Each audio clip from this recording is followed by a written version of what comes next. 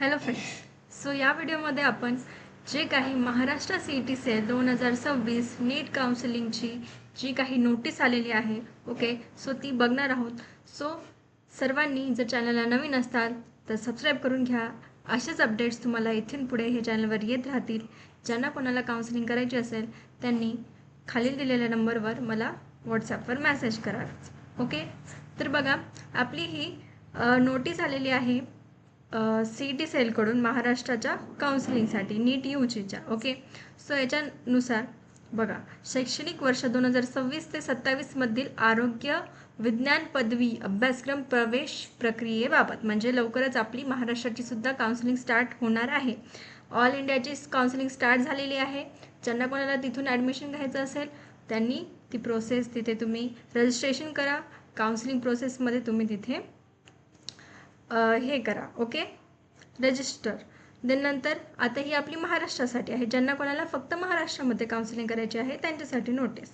तर नीट UG 2026 मधील सर्व पात्र व इच्छुक उमेदवारांना कळवण्यात येते की शैक्षणिक वर्ष 2026-27 करिता राज्यातील शासकीय शासन अनुदानित, म्हणजे गव्हर्नमेंट, सेमी गव्हर्नमेंट आणि जे काही प्रायव्हेट असतील, डीम्ड असतील, ओके, आणि जे काही अल्पसंख्याक महाविद्यालय असतात, ओके, मायनॉरिटी कॉलेजेस, तर याच्यामध्ये जे काही आरोग्य विज्ञान पदवी आहे, ओके, मेडिकल जे काही कॉलेजेस आहेत, तर त्यांच्या अभ्यासक्रमांचे प्रवेश हे राष्ट्रीय पातळीवर घेण्यात आलेल्या नीट UG 2026 पात्रता परीक्षेच्या गुणवत्तेच्या आधारे, म्हणजे तुमच्या रँकनुसार, मार्कनुसार महाराष्ट्र राज्य सामायिक प्रवेश परीक्षा कक्षामार्फत केंद्रभूत प्रवेश प्रक्रियेद्वारे करण्यात येणार आहे. ओके, तर शैक्षणिक वर्ष 2026 आणि 27 मधील आरोग्य विज्ञान पदवी अभ्यासक्रमांची केंद्रीभूत प्रवेश प्रक्रिया ही लवकरच, बघा इथे लिहिले की लवकरच सुरू होणार असून उमेदवारांनी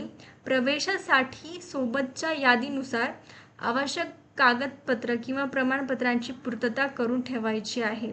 ओके, सो त्यांनी एक लिस्ट दिलेली आहे आवश्यक कागदपत्रांची, ओके, डॉक्युमेंट्सची, ती आपल्याला ते रेडी करून ठेवायचे आहेत असं सांगितलेलं आहे CET सेलने. तर नोंदणी प्रक्रियेवेळी उमेदवारांना त्यांनी प्रवेशाकरिता केलेल्या दाव्यानुसार आवश्यक प्रमाणपत्र अपलोड सादर करणे अनिवार्य आहे. ओके, कंपल्सरी आहेत हे डॉक्युमेंट्स, आणि त्याकरिता नोंदणी प्रक्रियेपूर्वी आवश्यक ती सर्व कागदपत्रे संबंधित विभागाकडून प्राप्त करून घेण्यात यावी. ओके, सदर सूचनेची सर्व उमेदवारांनी नोंद घ्यावी असं सांगितलेलं आहे.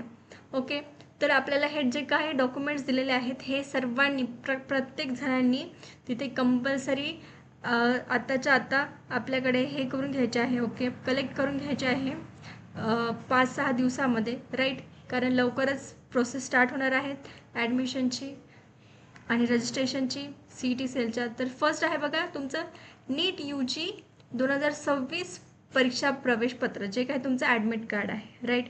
त्यानंतर नीट UG तुमचं गुणपत्र, जे काही तुमचं स्कोअर कार्ड आहे, तुमचा नीटचा रिझल्ट लागला त्याचं जे स्कोअर तुम्ही चेक केला, ओके, ते काही जे डॉक्युमेंट आहे त्याचं तुम्हाला तिथे ओरिजिनल कॉपी काढून आणायची आहे. ओके, कोणत्याही नेट कॅफेवरून जाऊन. देन आहे 10वीची उत्तीर्ण झाल्याचे प्रमाणपत्र. ओके, देन आहे 12वीचे गुणपत्रिका, okay, result card, okay, score card. त्यानंतर आहे राष्ट्रीयत्व म्हणजे नॅशनॅलिटी प्रमाणपत्र. त्यानंतर डोमेसाईल प्रमाणपत्र म्हणजे अधिवास प्रमाणपत्र. नंतर मेडिकल फिटनेस काढून आणायचं आहे कोणत्या पण एका ऑथोराइज्ड MBBS डॉक्टरकडून मेडिकल फिटनेस सर्टिफिकेट हे मिळून जातं, ते काढून आणायचं आहे, राईट. नंतर आहे TC शाळा आणि कॉलेजची जी काही TC आहे ती आणायची आहे. नंतर तुमचं कास्ट सर्टिफिकेट, आता जे जे कास्ट अंडर येतात त्यांचे सर्टिफिकेट, मग कोणते आहेत ते SC कॅटेगरीवाले, ST, VJ, DT, NTA, NTB, NTC, NTD, SC BC, OBC आणि SBC यांच्यासाठी जात प्रमाणपत्र, कास्ट सर्टिफिकेट कंपल्सरी लागतं.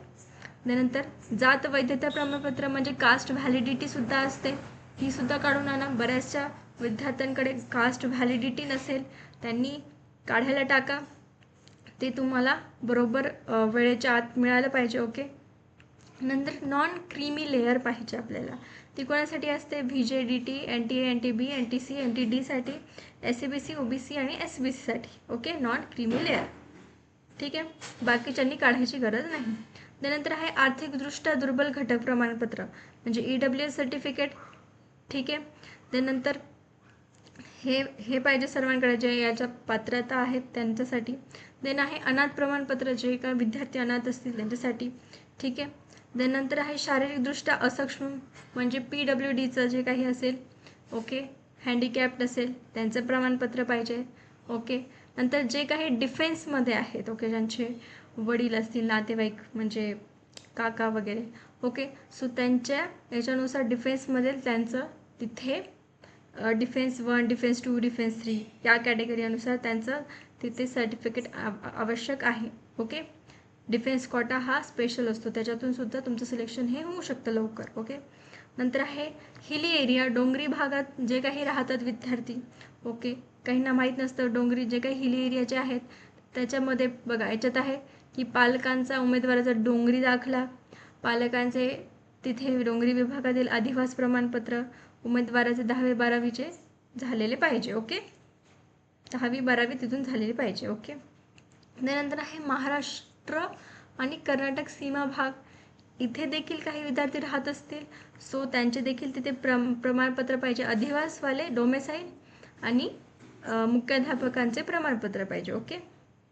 देन आहे अल्पसंख्याक संदर्भात आवश्यक प्रमाणपत्र, जे काही अल्पसंख्याक आहे मायनॉरिटीसाठी त्यांचं मायनॉरिटी सर्टिफिकेट, शाळा सोडल्याचं दाखल्यावर धर्माचा मातृभाषेचा उल्लेख, धर्मसंस्थांकडून प्रमाणपत्र, उमेदवार सदर धर्माचा असल्याचे शपथपत्र, ओके. भाषिक अल्पसंख्याकांसाठी शाळा सोडल्याच्या दाखल्यावर उल्लेख नसल्यास शाळेकडून मातृभाषेशी नोंद असलेले प्रमाणपत्र, ओके. आणि लास्टला आहे आपला आधार कार्ड किंवा पॅन कार्ड किंवा पासपोर्ट, ओके. सो या तिघांपैकी कोणतेही एक त्याचे तुमच्याकडे फर्स्ट कलर कॉपी पाहिजे तुमची, ओके.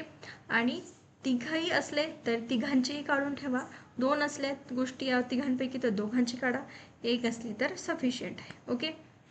सो हे काही तुम्हाला 19 इथे सर्टिफिकेट्स डॉक्युमेंट्स आणायचे सांगितलेले आहेत. हे तुम्हाला रजिस्ट्रेशनमध्ये कामी येणार आहेत, तुमच्या जे काही कॉलेज आहे त्याच्या ॲडमिशनमध्ये कामं येणार आहे. याच्यापैकी एक जरी तुमच्याकडे नसेल, जर तुम्ही पात्र असताल आणि तुमच्याकडे ते नसेल तर तुमचं सीट तिथे जाऊ शकते, ओके. सो हे इम्पॉर्टंट आहे, ठीक आहे.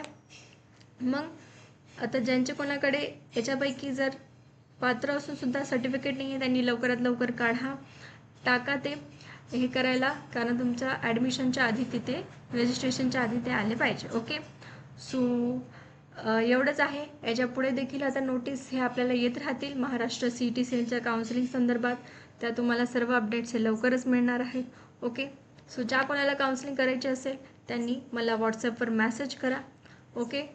आणि याआधीसुद्धा ज्यांना रजिस्ट्रेशन करायचं असेल रजिस्ट्रेशनपासून ते पूर्ण काउन्सिलिंगच्या एंडपर्यंत तुम्हाला तिथे हे अपडेट्स मिळतील आणि तुम्हाला हेल्प केली जाईल, ओके. व्हिडिओ आवडला असेल तर लाईक करा आणि अशाच अपडेट्ससाठी चॅनलच्या बेल आयकॉनला प्रेस करा, ओके.